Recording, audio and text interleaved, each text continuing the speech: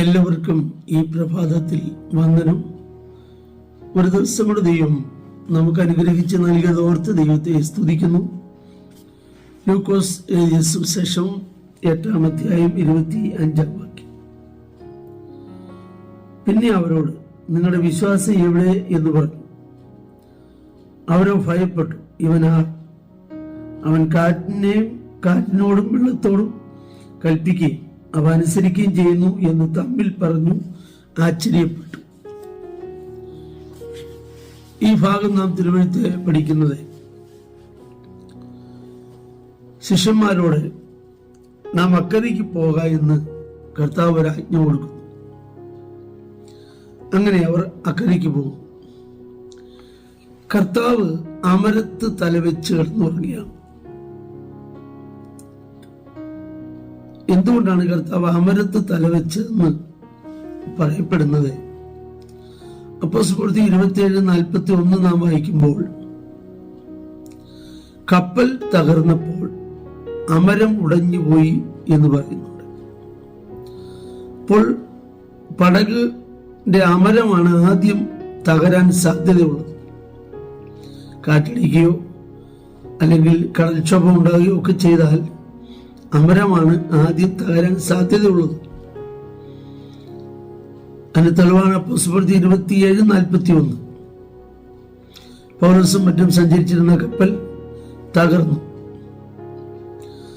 അപ്പോൾ എവിടെയാണ് പ്രതികൂലം കൂടുതൽ ഉണ്ടാകാൻ സാധ്യത എന്ന് മനസ്സിലാക്കി അവിടെ തന്നെ കർത്താവ് തലവെച്ച് ഉറങ്ങുകയാണ്. നാം മനസ്സിലാക്കണം, പ്രതികൂല അനുകൂല സാഹചര്യങ്ങളിൽ പ്രശ്നങ്ങൾ വല്ലാതെ കാറ്റും കോളും പോലെ കയറി വരുമ്പോഴും അമരത്ത് തകരാൻ സാധ്യതയുള്ള ഇടത്ത് കർത്താവിന്റെ സാന്നിധ്യമുണ്ട് എന്ന് നമ്മൾ മനസ്സിലാക്കണം. ഇവിടെ കർത്താവ് ചോദിക്കുന്ന ചില ചോദ്യങ്ങൾ സുവിശേഷങ്ങളിൽ പല രീതിയിലാണ് പറഞ്ഞിരിക്കുന്നത്.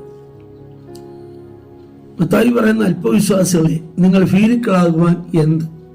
മത്തായി 8:26. അനങ്ങാതിരിക്കുക, അടങ്ങുക. മർക്കോസ് 4:39.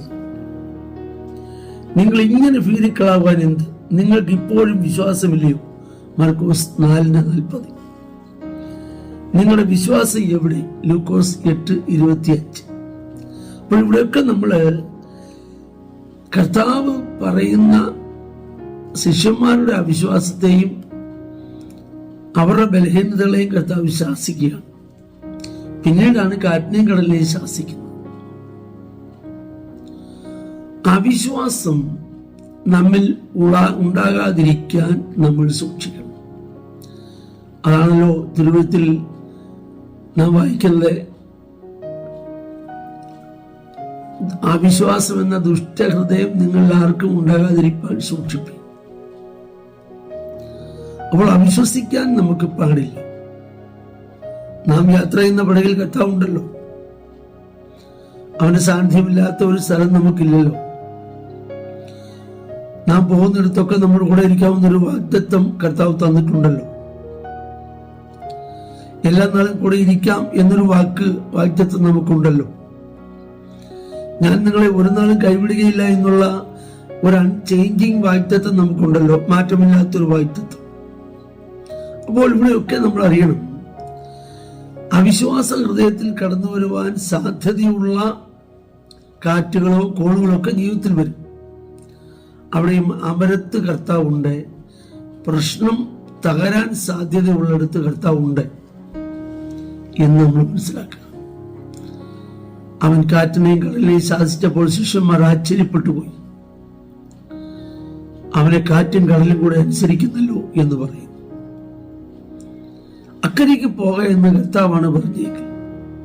അവൻ അക്കരെ എത്തിക്കും. പൗലോസിനോട്, നീ റോമിൽ എന്നെ സാക്ഷിക്കേണ്ടതാകുന്നു എന്ന് കർത്താവ് പറഞ്ഞെങ്കിൽ ദൈവം അവനെ റോമിൽ എത്തിച്ചു. കപ്പൽ തകർന്നു, പല കഷ്ണങ്ങളായിട്ട് മാറി. അങ്ങനെയൊക്കെ കപ്പൽ തകർന്ന ആര് രക്ഷപ്പെടാനാണ്? എന്നാൽ ആരും രക്ഷപ്പെടാതിരുന്നില്ല, എല്ലാവരും രക്ഷപ്പെട്ടു. നാം അധൈര്യപ്പെട്ടു പോകാതെ ഭീരുക്കളാകുവാൻ സാധ്യതയുള്ള വിഷയങ്ങൾ വരുമ്പോൾ ആ മരത്ത് തകരാൻ സാധ്യതയുള്ളയിടത്ത് കർത്താവുണ്ട്. പ്രാർത്ഥിക്കാം. ഞങ്ങളുടെ കർത്താവേ, സ്വർഗീയ നല്ല പിതാവേ, നിങ്ങൾക്ക് നല്ലവരെയും ഞങ്ങളുടെ നാമത്തിൽ അനുഗ്രഹിക്കുന്നു, യേശുവിൻ നാമത്തിൽ തന്നെ. ആമേൻ. ദൈവം എല്ലാവരെയും ധാരാളമായി അനുഗ്രഹിക്കും.